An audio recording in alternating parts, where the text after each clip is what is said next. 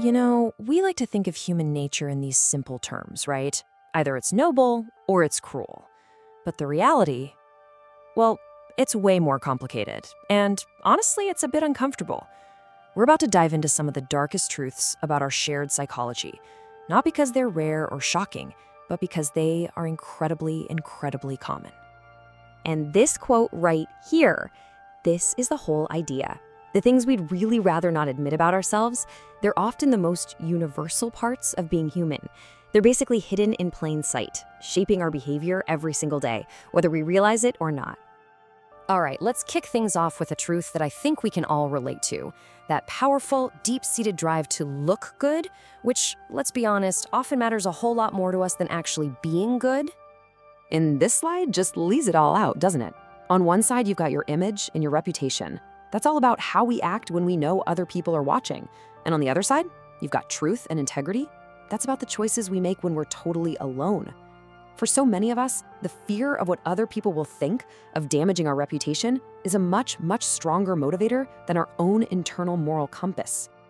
Okay, so let's move from the outside world to our inner world. Because even when our actions look totally selfless, there's often this powerful, hidden engine of self-interest chugging away under the surface. So what even is self-interest? Well, it's this deep, almost instinctual drive to protect ourselves and, get ahead. It's not always a bad or malicious thing, but it is almost always there. And this is why pure, 100% genuine altruism is so incredibly rare. It seems like even our best, kindest deeds can come with a kind of hidden paycheck for ourselves. And here's what those hidden rewards actually look like. When we do something good for someone else, what do we get? We might get a hit of approval from others, a stronger feeling of belonging to a group, maybe even a subtle little feeling of superiority. Or it could just be the emotional comfort of seeing ourselves as a good person. Now, these aren't bad things, but they sure do complicate the idea of pure selflessness, don't they? Which brings us to another really crucial point. For most people, our moral code isn't some rigid, unchangeable set of rules. Nope, it's flexible. We tend to champion things like justice and fairness when it helps us or our group, and we get really, really good at making excuses for injustice when it doesn't. And that feeling of superiority, man, it is a powerful driver. And it's not always about being loud and dominant. More often, it's this quiet, internal judgment, that feeling of being morally or intellectually just a little bit above someone else. It's a quick, easy way to feel a sense of power. And it's one of the main reasons why gossip is just so darn irresistible. So this all connects perfectly to our social instincts. At our core, we are fundamentally tribal creatures. And that instinct to form groups, to have an in crowd, can easily overpower our rational thinking and even our sense of empathy. This slide just captures that tribal mindset perfectly. We instinctively slice the world into a simple us versus them. Our group, us, we're seen as right, safe, and of course, deserving of empathy. But the other group, them, well, they're wrong, they're a threat, and they're deserving of judgment. Once you draw that line in the sand, it becomes shockingly easy to start diminishing the humanity of anyone on the other side. And here's the real kicker. When facts come along that threaten our group's identity or beliefs, what do? So often, we just reject the facts. That psychological need to belong, to stay loyal to the tribe, is simply a more powerful force than the need to be factually correct. Oh, this is such an important truth to remember. We so often mistake silence for agreement, for consensus. But most of the time, it's just a sign of fear. Fear of starting a fight, fear of getting kicked out of the group.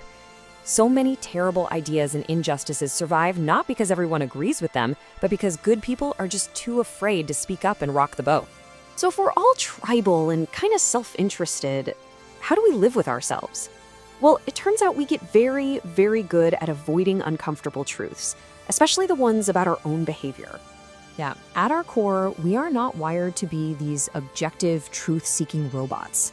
We are comfort seekers. It's just natural for us to gravitate toward beliefs that protect our identity and make us feel less anxious, even if those beliefs are completely and totally wrong. Truth often takes a back seat to feeling safe and secure. And to keep ourselves in that comfortable little bubble, we become absolute masters of self-deception. We build these elaborate stories and justifications, we call them rationalizations, all to protect our self-image, especially after we've done something that goes against it. I mean, just look at these phrases. Come on, we've all used them, right? I had no choice. Anyone would have done the same thing. These are the classic scripts of self-justification. They're designed to do one thing: strip away our personal responsibility and reframe our sketchy actions as somehow reasonable or even necessary. It's a really powerful psychological defense mechanism. And here is a really crucial point.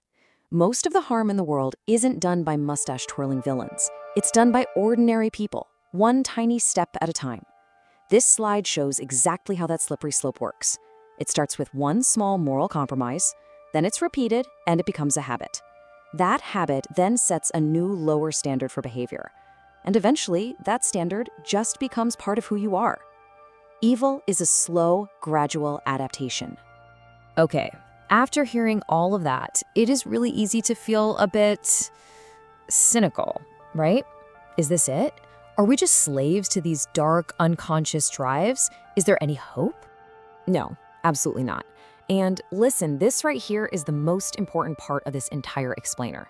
Understanding these dark tendencies isn't a death sentence. It's the beginning of the solution. The way forward isn't to ignore this stuff, it's through consciousness. Let's be crystal clear about this. Our nature is not our destiny. Think of these tendencies as our default settings, our factory programming. But we are not just our programming. Understanding these dark truths is the first step toward rewriting that code. You see, just being aware of these patterns is a game changer. The moment you can catch yourself, the moment you can see your own self-interest pretending to be altruism, or you can feel that pull of tribal loyalty winning out over facts, in that moment, you've created a little bit of space, and in that space, you can make a different choice. The more you understand your own capacity for self-deception, for tribalism, for all of it, the less likely you are to be controlled by it. Self-knowledge is probably the most powerful tool we have for reducing the unintentional harm we can cause in the world.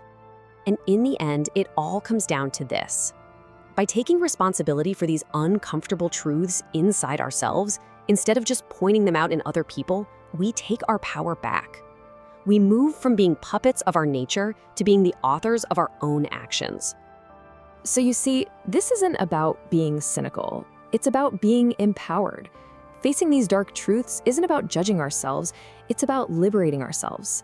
Because the moment you can see yourself clearly, flaws and all, is the exact moment you gain the real power to choose who you want to be.